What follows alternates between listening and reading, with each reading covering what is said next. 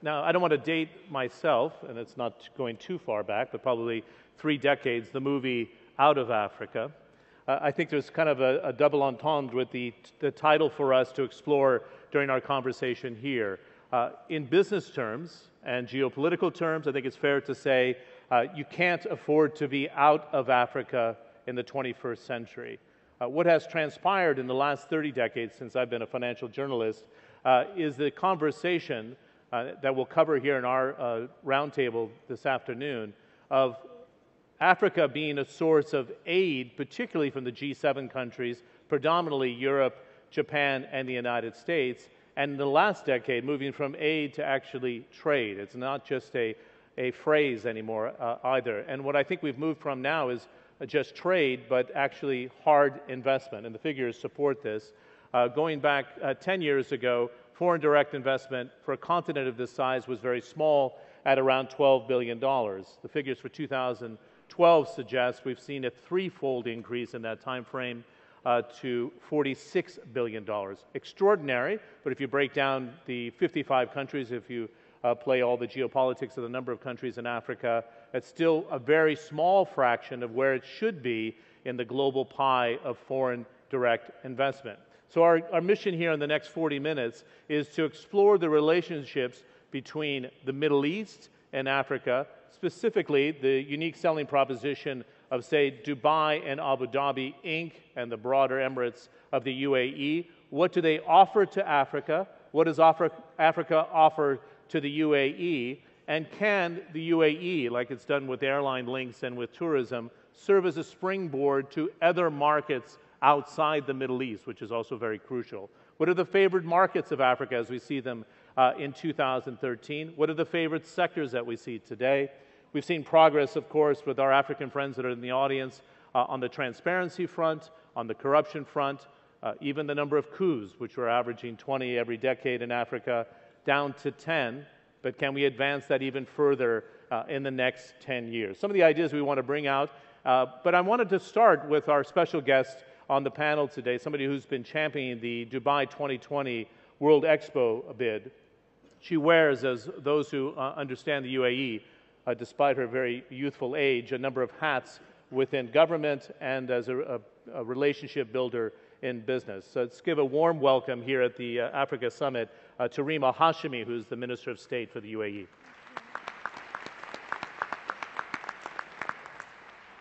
So it's a pleasure, Your Excellency, to talk about this big picture, something we've been following as a trend within our program, particularly Marketplace Middle East. What is concretely we can do here? What is something concretely we can do with the relationship to move from historical ties, which are definitely there, the trade links in particular and the cultural links with East Africa, to build a much more concrete business relationship, would you say, going forward? What are the aspirations as you see it today? Thank you very much, John. Thank you. Thank you all very much, and good morning to everybody, and welcome to the United Arab Emirates, and welcome to Dubai. I'd just like to start off by thanking the organizers for a fantastic job well done, and wanted to also make sure that our partners, whether it's through COMISA or some of the other regional organizations within Africa, are also heartfully thanked. The business community, as well as all of the delegates and ministers that are present here with us today. I think the historical reference that you mentioned is extremely important because the history of the relationship between the UAE, between Dubai, and between Africa lends credibility to the plans that we have for the future. We have been very actively engaged and involved in all of the countries that are here represented, some perhaps more nascent than others, but independent of that, there's always been a very strong appreciation and a very strong respect towards our African partners and neighbors. In fact, we see very strongly that the success of the UAE is hinged on the healthy and continuous growth of African nations as well. And so for us, the aspiration is to continue on the path of partnership, which we've always which we've always had, but also deepen it in particular sectors. And I think present with me in the panel today, you'll see a representation of what those sectors look like. But more and more, we're seeing young African entrepreneurs getting very excited, sustainable development specialists also getting very much engaged and involved. And if Dubai can be that platform for them, then we would have succeeded in bringing the South closer to the North, as well as the East closer to the West. And so for us, the pivotal role which we want to play is one of a convener, one that understands these nations, respects them, and one that continues to want to learn from them and with them. And so for us, the history of our relationship gives us almost more wind in our sails, because we're not introducing ourselves to Africa. They know us, and we know them, and we've been together in business, in policies, and in politics for many years. We're expanding our diplomatic presence. Our airlines now have almost 20 flights to different African destinations. We also have a representation within the AU. We're looking at other also regional organizations within Africa too. And so for us, it's very important that Africa's success reaches its maximum, if you will, because that will inadvertently be our success too. Good. How does Dubai 2020 as an exposition and the candidacy that you have underway here now reach into Africa? When you put the bid together, and this is over a $9 billion bid in sum here in terms of the construction and the plans for the build-out of Jebel Ali, how does Africa factor in, if at all, or is that just a step too far? But did you have the continent in mind when you put this proposal forward? Well, we couldn't do it without having the continent sort of front and center, because for us to be able to create a World Expo and for us to be able to host Expo in Dubai, it would be the first time that a World Expo comes to this part of the world, which includes Africa, which includes the Middle East, and it includes the subcontinent. And so there's special attention given to having an Expo in Dubai being also an Expo for Lesotho, an Expo for Swaziland, an Expo for Ghana, for Gambia, for Gabon, etc. And so for us, the proximity and the existing links between Dubai and many of these countries, and the fact that we are able to give them a platform that is international in nature, that will expose them to a very global profile. And when you talk to Hilal and look at the figures we have for DTCM, where tourism is increasingly more and more global, you will have more international visitors coming to see and learn about the African states than you would have in any of the other competing cities that exist. If I look at the pillars of the UAE economy, and specifically Dubai, they're very obvious ones, and we have them represented on our panel, which we'll include in our discussion. But it is trade at the core of the UAE culture, tourism, which has been built out through the transportation hub that's been built out of the airport itself, and financial services. Now, I could serve as a devil's advocate here. Why does Africa need the UAE? What's the most compelling argument when they can suggest, I can go to a very large market in Europe with higher per capita income, I can go to the United States for trade, I'll go directly to China, which has very good, solid trade links with Africa right now. Is there a compelling reason to use this as the bridge to Asia and the bridge to Europe as well?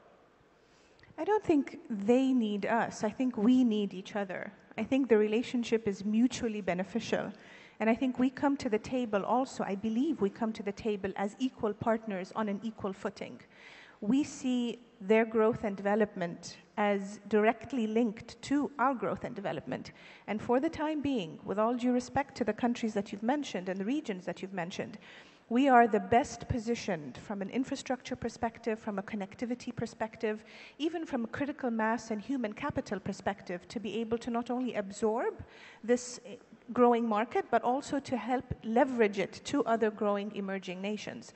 And so from our sense, it is really a question of mutual reciprocity in terms of prosperity together. And that's the prism in which we've often and always looked at the nations of Africa. So aid wasn't only aid, it was always more development. And trade now, as you mentioned, has been increasing by almost 25%. And so the fact that we're continuing on this path, creating synergies together and looking further not only towards the east, but then also further towards the north and more south-south trade. And so this principle or this philosophy is, I think, what makes this relationship that we have with Africa very compelling. And you know, John, I've had the privilege of visiting most of the 43 African nations. I wouldn't say all of them, but I would say a very good, more than 85% of them.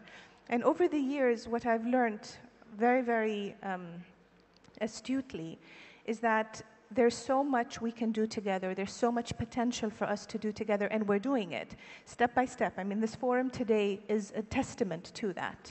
2 years ago, we had the COMESA Forum. This year, we've enlarged it to include more than just countries of the COMESA, but more nations that can participate. Even nations from Asia are also present here today because Dubai has a remarkable and unique convening power. And it is in that convening power that we build partnerships. And that is the essence of why we believe that Dubai Expo 2020 would be beneficial for everybody included, because it would allow the space and it would allow the platform for everyone to benefit. Dubai might host it, but everybody else will also own Dubai Expo 2020. And I don't want to prejudice the outcome or jinx your outcome, so I won't ask you what your chances are of securing that, but we'll leave it for cultural reasons. Let me bring in the rest of the panel. Thank you very much for your analysis there. His Excellency Jamal Majid bin Thania of DP World. Now, as I talked about the pillars of this economy and why trade is such an important pillar, DP World made it a point to go into Africa probably, 6, 7 years ago with some of the port operations today. Where have you planted your flag? Give the audience a sense of where DP World has planted a flag already, and where are the other markets that you're looking at? Thank you, John. That's okay, you'll pick it up, okay. I'm sure. With regard to DP World success story in the global market with the scope on Africa, I believe Africa is a compelling success growth story, of which we have to recognize and appreciate well. For the last 10 years, it's proven that the compounded growth in Africa has witnessed 5% plus. And it will be the case when some of the markets started to slow down. And if I draw a line at a global level and try to see where DP World will fit within Africa, we have seen the shift of central of gravity from the east to west, from matured market, which is saturated, into emerging market. More and more focus now and more emphasis has been put on the emerging market. I believe the emerging markets such as Africa will play a major role in the future economic growth. And for this reason, DP World has 5 major operations in Africa today. We are in Maputo, we are in Djibouti, which is the gateway to Djibouti and Ethiopia. We are in Egypt, Algeria, Senegal. This is in addition to our 4 major operations, stevedoring operations in South Africa. Given the facts that the inter-trade in Africa still suffers from the lack of logistic and infrastructure, we recognized the fact that it's only represents 13% of trading between nations in Africa. The norm goes beyond that. If you take the EU zone, for example, the inter-trade in the EU zone exceeds 50%. And this is due to the logistic and the infrastructure which impedes the trade in Africa.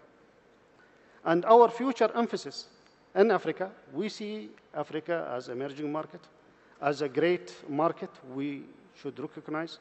We also should put a lot of emphasis not only on the port infrastructure, but on the inland infrastructure, which is badly needed by the African countries. We noticed that many businesses do view certain projects in Africa on a piecemeal basis.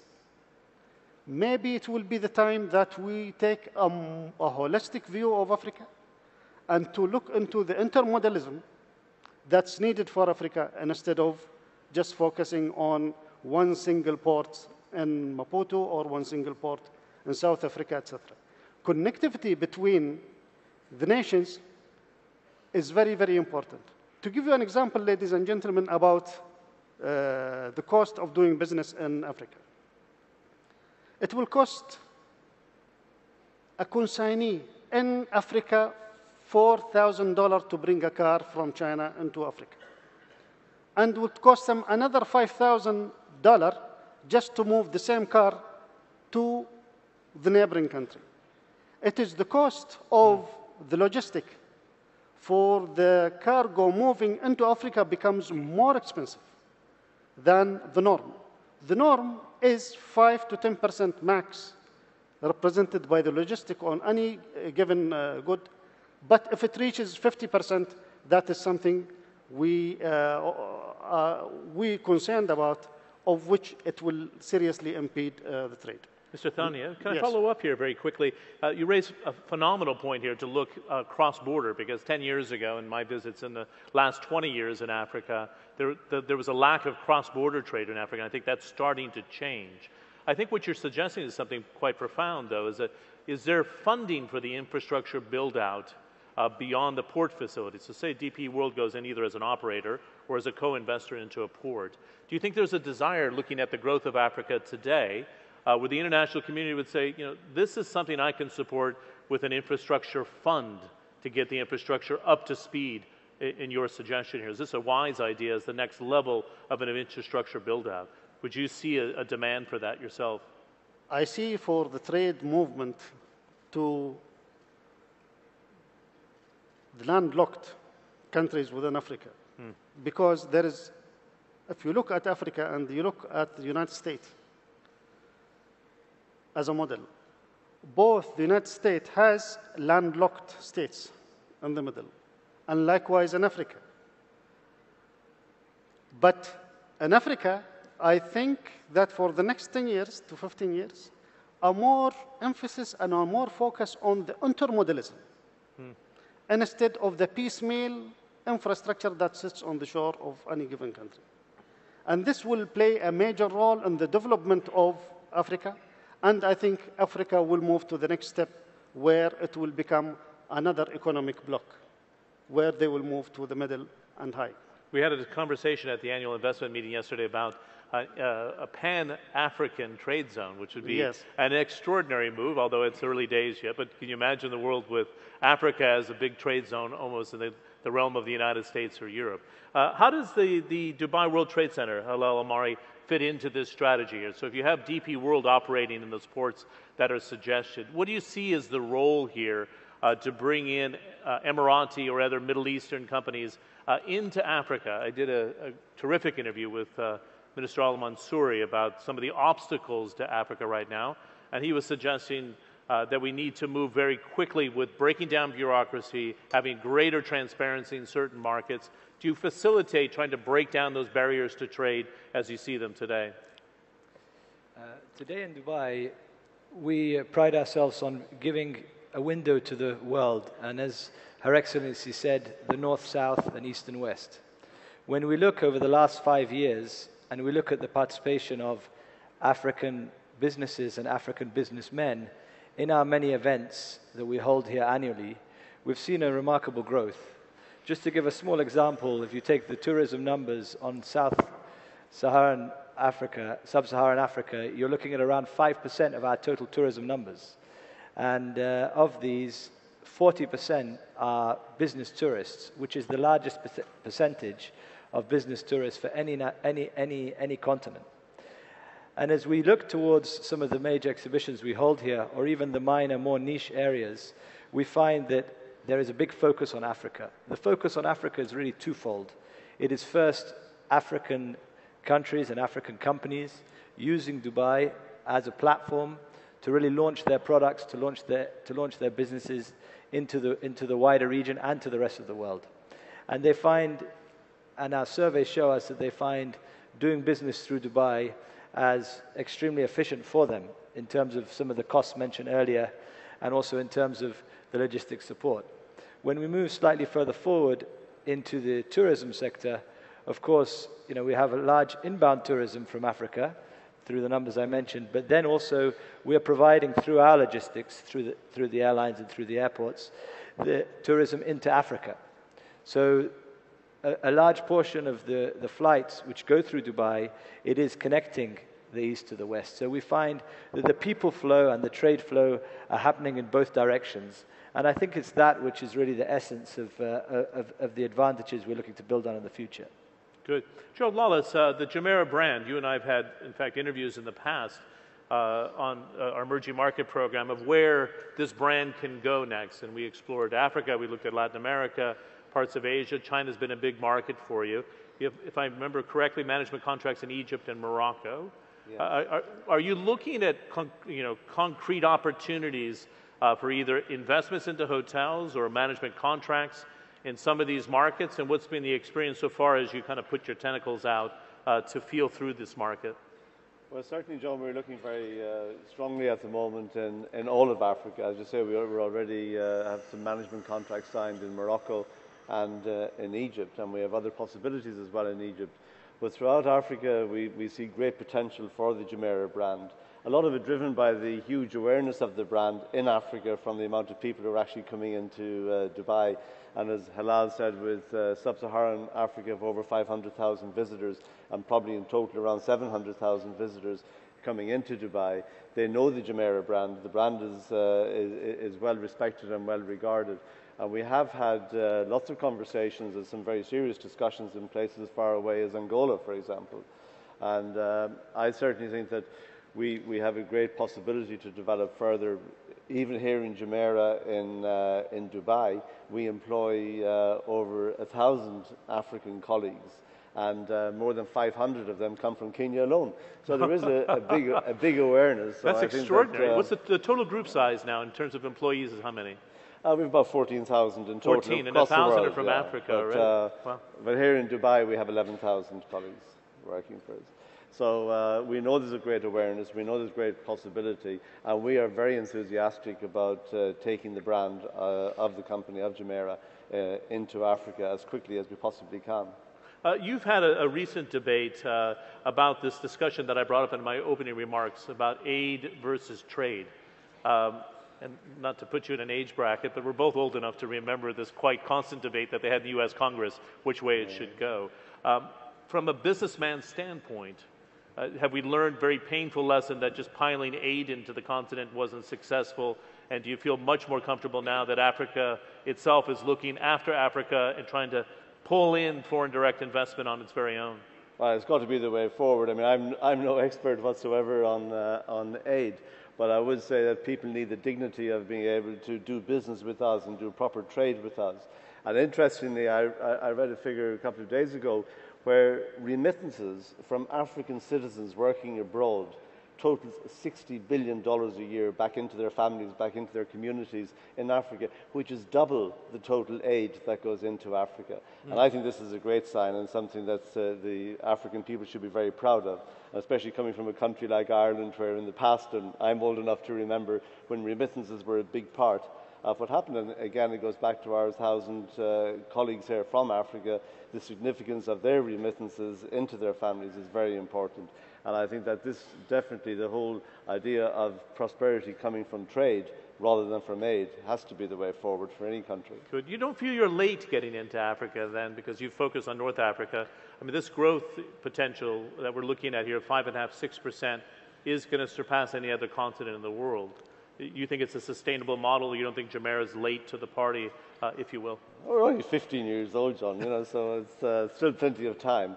And I think it's really important to have established the brand. We're putting a lot of emphasis on developing now, having established our credentials as an international luxury brand, of coming back into our own home region. For example, in places like Saudi Arabia, we're opening next week in Kuwait. These places are very important for us to establish ourselves within the Middle East. We're already, as you said, within China. And yes, I wouldn't say we're late, but we are in a hurry to get into Africa as soon as possible. Okay, very good. Thanks very much for the candor on that. If I can bring in Abdul Karim Jofar here, and looking at the telco sector. If there's one area that Africa has incredible growth has been the telecom sector in the last 10 years. It's allowed Africa to leapfrog with a number of different technologies because of wireless internet, wireless transactions, a lot of m-commerce. How do you see Etisalat building relationships in Africa? Now, many people don't know, behind a number of the brands here in the Middle East, particularly the Gulf states, they've gone in and set up partnerships. What's been the Etisalat experience? Because I know you're looking at markets, retrenching from markets. Do you find Africa still fertile ground for a telco from the UAE? Thank you, John. Africa is the next growth engine globally, and I think that is for telecom and other sectors as well. This is what we have heard today from the morning. We are at present operating in 10 African countries, including big countries like Nigeria, Ivory Coast, Tanzania, Egypt. And as we speak today, we are bidding for opportunity to enter 5 new markets. These are with investments or partnerships? How do you structuring these? They're different structure, but the preferred structure for Africa is to have local partners, whether it is the government or private partners. And we have both models, and we have both models working very successfully. As you rightly mentioned, the growth is coming from the wireless because that is easy, quick to deploy, and you can reach the very remote villages in Africa even before electricity. So this is what we have seen in many, many places in Africa. And not only the mobile voice, what people are used to, it's the mobile broadband. This is where the growth is going to come. In Africa today, the mobile penetration is around 80%. There is still room to grow to reach the benchmark average, which is 120%. But the broadband penetration is only about 7% in Africa. So there is huge potential to grow in Africa in mobile broadband. Now, on top of that, you have the new services, which is the mobile commerce, for example. There is a service which we call Fulus. Fulus means money in Arabic. We launched that in Nigeria. It is picking very fast. It is money remittance over mobile phone. You can pay for certain services, certain bills through your mobile. It has been fantastic so far. Also, we have did some services in partnership with government in Tanzania for what we call it mobile baby for pregnant women. It reduced the death rate for babies and children. And we won a GSMA award, which is the most prestigious award in the telecom sector for that service.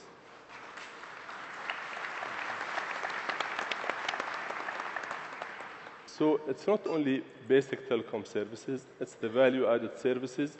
What can you bring to the communities in Africa, to the remote communities, which are very far from the cities? And this is where I think telecom has a huge potential. We have seen it in most African countries. The telecom contribution to the GDP is between 7% to 20%. In most of the countries. So it's a huge contribution. And I think the most successful one is in countries where they have long-term sustainable view of the sector rather than the short-term. Very good. You cover almost a fifth of Africa then in terms of your presence right now as a telecoms operator. Give us a sense, the top 3 markets for growth for Etisalat. What are the top 3 markets in Africa you've had success and those that you've had to retrench? What are the top 3? Egypt, Nigeria, and Benin. Benin, wow. Yes. That's interesting. Every of our audience knows is the next 11 countries that Jim O'Neill has singled out from Goldman Sachs as the next wave of growth. Both Egypt and Nigeria are in that list, but I wouldn't think that Benin would be. So there's growth in places that we haven't harvested in the past. Let me get to some of the more delicate issues that we have here in the remaining 7-8 minutes that we have together. As I mentioned in my opening comments, we've seen huge strides when it comes to the issues of transparency and corruption. But if I talk to business leaders or ministers on the side, they suggest there's still more that needs to be done. And those that tackle the issue of transparency and corruption will automatically get the investment. What's the experience, Minister, when you've gone into different markets and your comfort level with the progress on corruption and the ability to say, as a Minister of State, I feel comfortable for UAE companies to go in? Because you've traveled, you've been a door opener, in a sense, for the UAE government. I think with measures of transparency and anti-corruption, it'll always be a continuous work in progress. I think penalizing countries or communities by not getting engaged with them because they don't have a particular benchmark or a particular metric that is sort of standard is not the right approach. In many ways, you can try to work through with them on particular sectors, with particular industries as well. And so I'm wary of the fact that, you know, we go in and say, okay, you know what, because you don't fit this standard, we're not interested in you anymore. And I think that approach is a little derogatory, and it also doesn't help them or help us try to move the ball in the right direction. So certainly corruption measures or anti-corruption measures and further transparency are global trends that all countries of the world work on. Some do better than others. And certainly I think Africa has its share of those that don't do so well. But independent of that, what I've really noticed is for the countries that actually do have a good performance and who are actually developing in the quote-unquote right way, they develop partnerships, and that inspires other nations within their hinterland to actually emulate. So it's a much more effective tool. By watching your neighbor change their policies and then therefore attract more investment, attract more business, attract more partnerships, sustainable partnerships, then that becomes an almost stronger incentive for other changes to happen than an outside party coming in and saying, this is what you need to do and this is what you need to do better. It's very interesting, phenomenal point. I read a fascinating special segment from The Economist. They did one of the special sections about 2 months ago on Africa, where they sent correspondents out for 3 months.